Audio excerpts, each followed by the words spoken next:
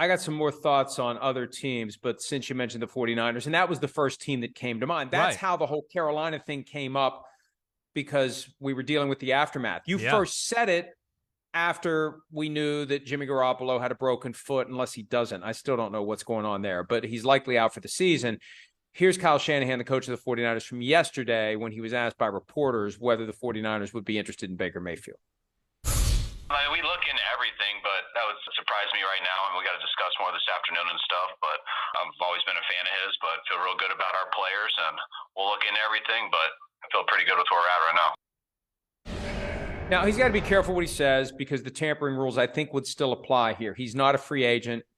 He technically, and I don't know what time of day that was done, but he goes to waivers, and you don't want to get yourself in a position where your hand's too close to that fire. That said, this gets back to, remember back when it looked like there was maybe a chance someone at some point would give Colin Kaepernick an opportunity. Anytime a quarterback got injured, the attitude was, well, we have a guy that knows our system. We have a guy that we know. We have a guy that we can plug in, next man up. And I mean, Brock Purdy's already shown on the fly that he can run the system. He's already shown he can do the job. So you're bringing in a guy that would have to learn everything. This is kind of like the OBJ mindset. Like, why do people really think OBJ is going to make a difference this year? New city, new coaches, new offense, new teammates, new everything.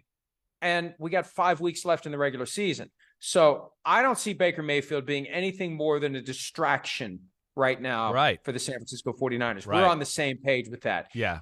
On the surface, it makes sense just because Jimmy G's out. Let's go get somebody. And this guy was the first overall pick in the 2018 draft.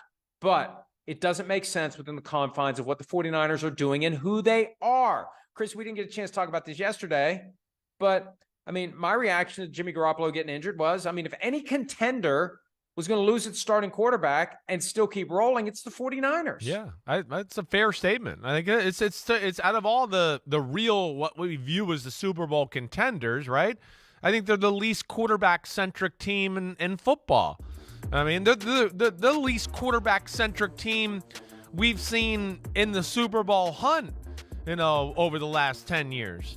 They do it a lot of different ways, and I think Shanahan, again, they'll find ways to get it done. They're smash mouth football, right?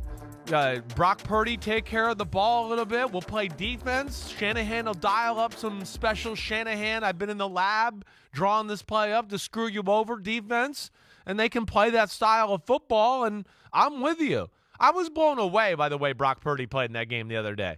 That was about as tough as a situation as you could put a backup quarterback in, let alone a rookie backup quarterback. I mean, this is one of those defenses that you play where you go, this is going to be my first experience, this damn defense with all the aggression and blitzes, and this guy's blitzing, this guy's dropping out. I mean, they make you earn it that way. And they tried everything. That's what was cool, too. You went, blitz, oh, wait, that didn't work. And then they were like, all right, let's rush forward and play zone coverage and make him read that. And he passed that test. I mean, I was very impressed, and I'm with you, Mike. I mean, they're the team that I certainly wouldn't count out here either. But I guess we get to see right now I've relegated them.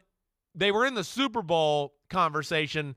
I've put them back into now they're just a playoff team that can maybe win a game. I got to see a little more evidence here, as dangerous as I think their team is. But, damn, that was a good start of gathering evidence last week on Brock Purdy.